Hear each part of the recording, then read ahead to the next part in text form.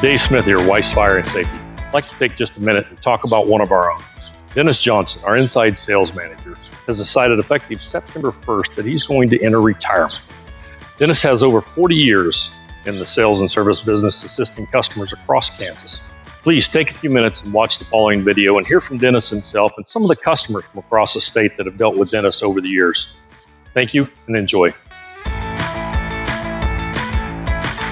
When I was a little bit younger, my father was the fire chief in Hillsboro, Kansas.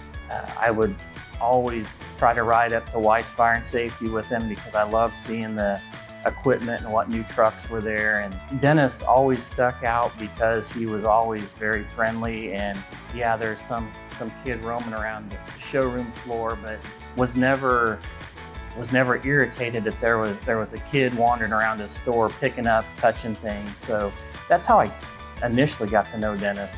Fast forward to 2011, we were building one of our brush trucks here in Chanute. Ironically, Dennis was the one that greeted me when I walked in, and he kept looking at me and like, "You look very familiar, should I know you?" And I made mention that I came from Hillsboro originally. He said, your dad was Wayne. He goes, "I know your dad." And we've been doing business with them ever since. I'm going to say it was in the late 70s. I started helping my dad in buying fire equipment and things. And we bought most of our equipment from American Fire Equipment Company, which is now Weis Fire Equipment Company. And we had a salesman, L.M. Campbell, that was our main guy. And in 1978, we ordered our first real fire truck, our factory-built truck. And that was the first time I think I met Dennis, is when they delivered that truck. I think Dennis was with them when they came out here. But since then, I have used Dennis as the member here at Walton, but also in Newton. I was deputy chief in Newton from 1990 until 2006. And so I bought a lot of equipment from Dennis over the years. And the thing I liked most about Dennis is he was always honest with me. Well, we had a fire in the middle of winter, and we got a fire call, house on fire. We got to the station, jumped in the truck, took it to the fire, and evidently the heat had been off in the station for a couple of days, and the pump was froze up and it broke the pump impeller. So they said we put the fire out with the hoses off the hydrant and loaded up the hoses in my truck, parked it in there, and then I drove to Salina, and they completely redid our pump that next day because that's all we had. With Dennis, it wasn't about trying to make the sale. It was trying to make sure that we got what worked best for us. Even if what we wanted, maybe it wasn't what we wanted. He would say, "Hey, you might consider this, even though it costs less and I won't make as much money. This still might be a better fit for you." So he was about taking care of the fire service and what was best for us and not what the bottom line was for him. He's very honest, and he's one that if he tells you something, he's going to do it. He's always treated us as we're the number one customer he's got right there. He took tremendous notes, and he had pads of notes. And so if you want to go back several months, you can go back several months, and he had exactly what was talked about in his notes.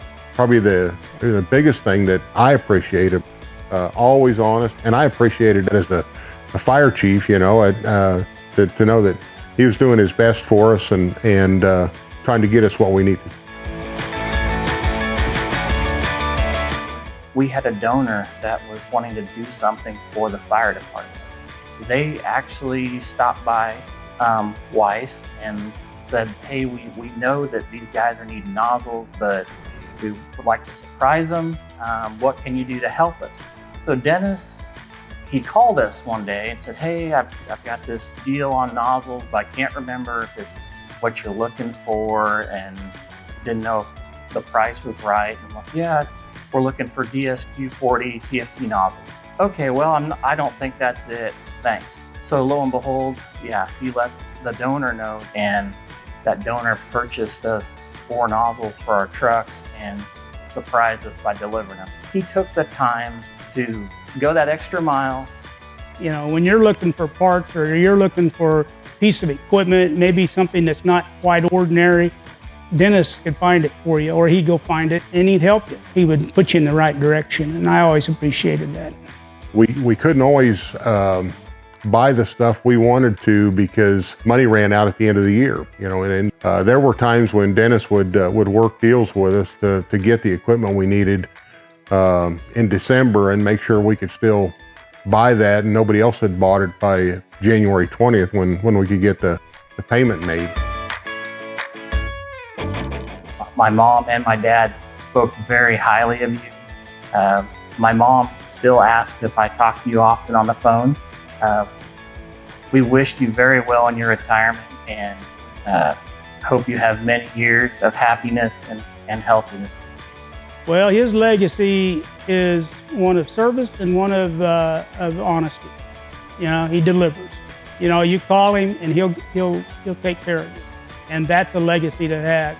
I want to congratulate Dennis on joining this elite group of retirees that are out there. You get your beard, you know, you get to sleep late, wear your pajamas most of the day, things like that. So congratulations, Dennis.